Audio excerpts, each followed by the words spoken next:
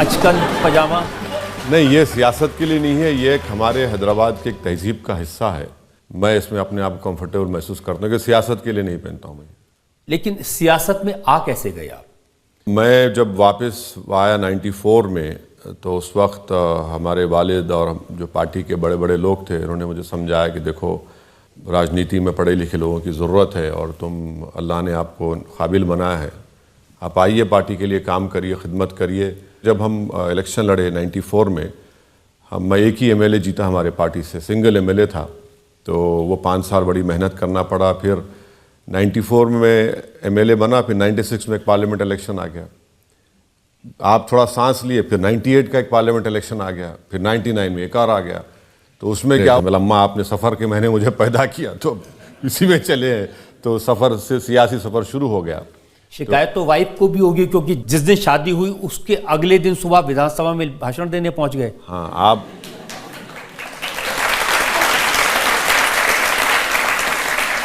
ये रजत जी, आपको पुराने जख्म कुरेदने की बड़ी बुरी आदत है। आप अपने घर को चले जाएंगे वापस, मुझे भी जाना है।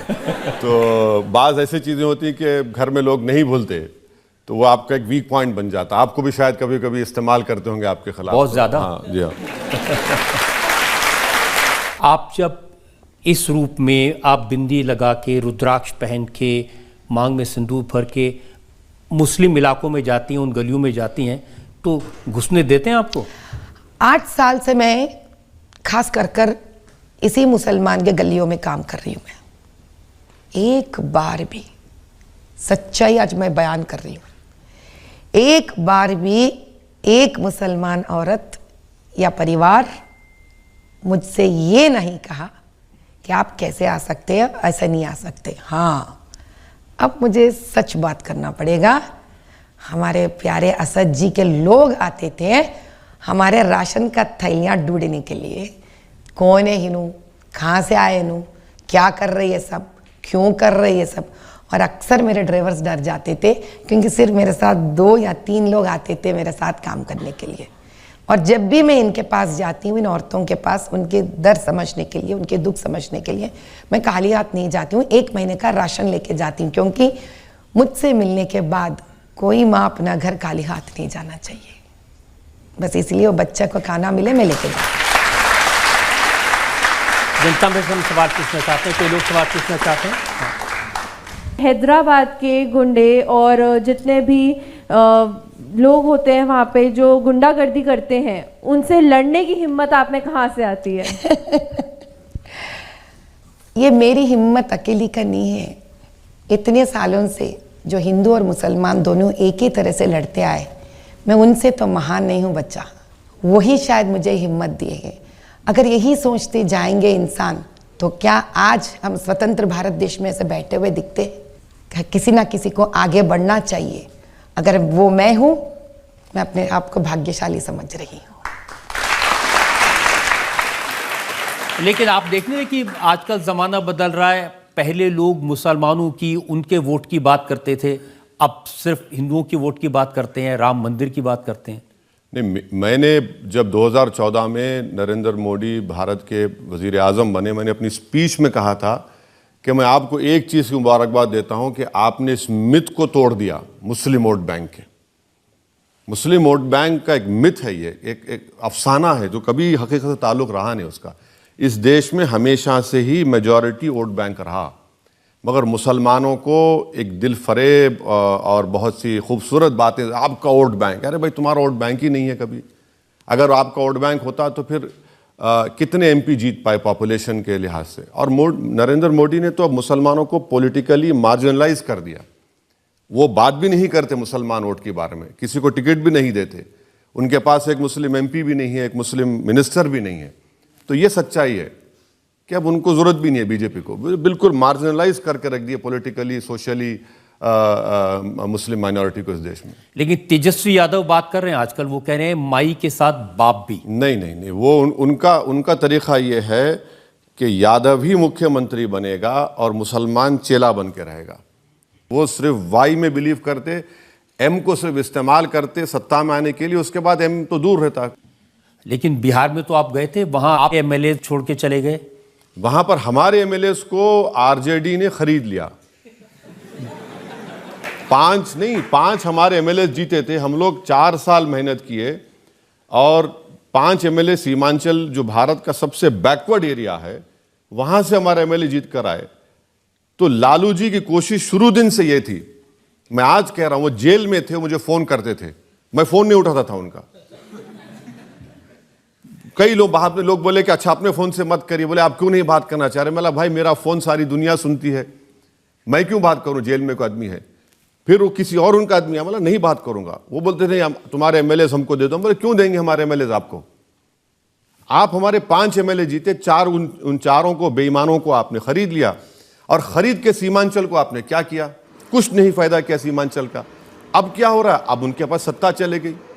अब तेजस्वी को बताना पड़ेगा कि हाउ डू यू फील। मजा आ रहा है आपको? अभी तेजस्वी क्या गलती है? चाचा ने पलटी मारी है।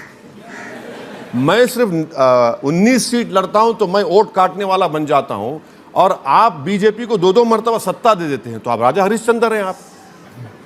आप बताइए क्या है ये कितना पॉलिटिकल ऑपोर्चुनिज्म क्या है? इससे एक बात साबित होती है कि कोई भी नहीं चाहता इस देश में कि मुसलमानों की कोई पॉलिटिकल लीडरशिप बने। देखिए कितने सारे लीडर हैं, जैसे ममता बनर्जी हैं, उनके बारे में तो माना जाता है कि वो मुसलमानों की खैर ख्वाह हैं। मैं समझ रहा हूँ आप कहाँ लेकर जा रहे हैं मुझे, मगर आप फिक्र मत करिए, मैं उस जवाब दूंगा जब आप लेकर जाएंगे मुझे।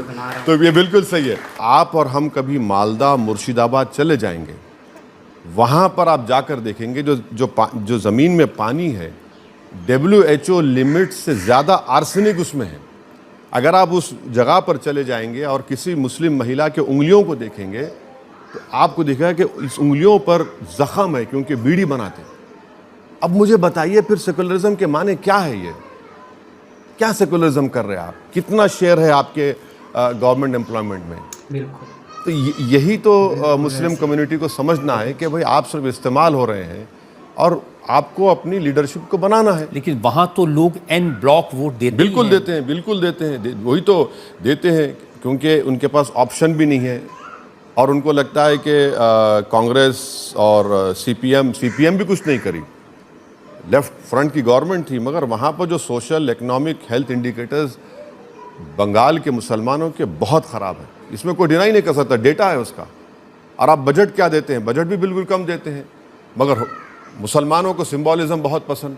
अब रमज़ान आएगा तो चीफ मिनिस्टर अपने सर पर पूरा बांध कर आकर बैठ कर बिस्मिल्लाहिर्रहमानिर्रहीम, और हम खुश, अरे बिस्मिल्लाहिर्रहमान कह दिया। अरे भाई बिस्मिल्लाहिर्रहमानिर्रहीम तो हो रहा, मत तुम्हारा क्या और बिस्मिल्लाह हो रहा है, उसकी फिक्र ही नहीं है।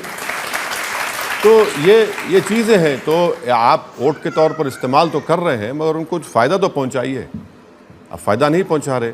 अब आप देखिए वो जो वहाँ गड़बड़ चल रही है, शाहजहां शेख, बिल्कुल। आप क्यों ऐसे लोगों को प्रमोट करते हैं? आप क्यों उनको आगे लेकर आ रहे हैं? अब बीजेपी को मौका मिल गया कि हिंदू मुस्लिम कर दिया, जबकि शाहजहां शेख के दोनों साथी हिंदू हैं। तो ये चीज़ें हैं। आप मालदा मुर्शिदाबाद मैं खुद जाकर देख कर आया हूँ, वहाँ बुरा हाल है। तो मौका, अब जब हैदराबाद में आप लोकसभा का चुनाव लड़ रही हैं, ये सारे इश्यूज आप लोगों के सामने रख रही हैं, चुनाव जीतेंगी तो लगता है कि आपको कुछ भला कर पाएंगी वहाँ के लोगों का? कुछ भला क्या साहब, आज तक अंधेरे में है, रोशनी में लेके आएंगे हम कॉन्स्टिट्यूएंसी। सूरज उगता हुआ सूरज का उजाला दिखाएंगे हम, उसको दिखाएंगे उन लोगों को कि इतिहास बनाएंगे हम कि इस भारत देश में हिंदू और मुसलमान भाई भाई बनकर रह सकते हैं। ये अब्दुल कलाम जी का जैसा बने से देश है ये। अब की बार हम दिखा देंगे 400 पार हैदराबाद से करेंगे हम लोग।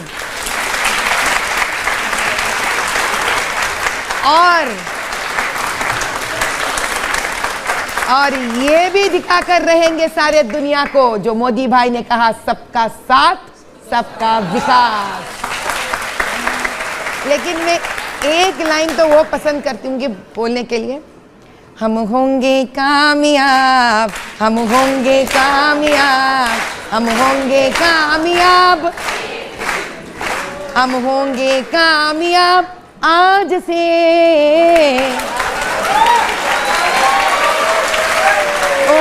मन में है विश्वास, पूरा है विश्वास, हम होंगे कामयाब आज से। हम चलेंगे साथ साथ, डालें हाथों में हाथ, क्योंकि सबका साथ परफेक्ट। चलिए यहाँ एक और ब्रेक के रुकते हो, ब्रेक के बाद आपकी अदालत में उम्मीद करते हैं ये आपको वीडियो बहुत ही अच्छी लगी होगी। तो अगर इस तरह की अगर कोई भी मिस्टेक वीडियो में हुई हो तो प्लीज़ कमेंट में ज़रूर बताना। तो इस तरह के रिएक्शन की वीडियो देखने के लिए हमारे यूट्यूब चैनल को सब्सक्राइब करें। तो मिलते हैं नेक्स्ट वीडियो में। ओके, अल्लाह हाफ़िज़, अपना ख्याल रखना और मुझे दुआओं में याद रखना।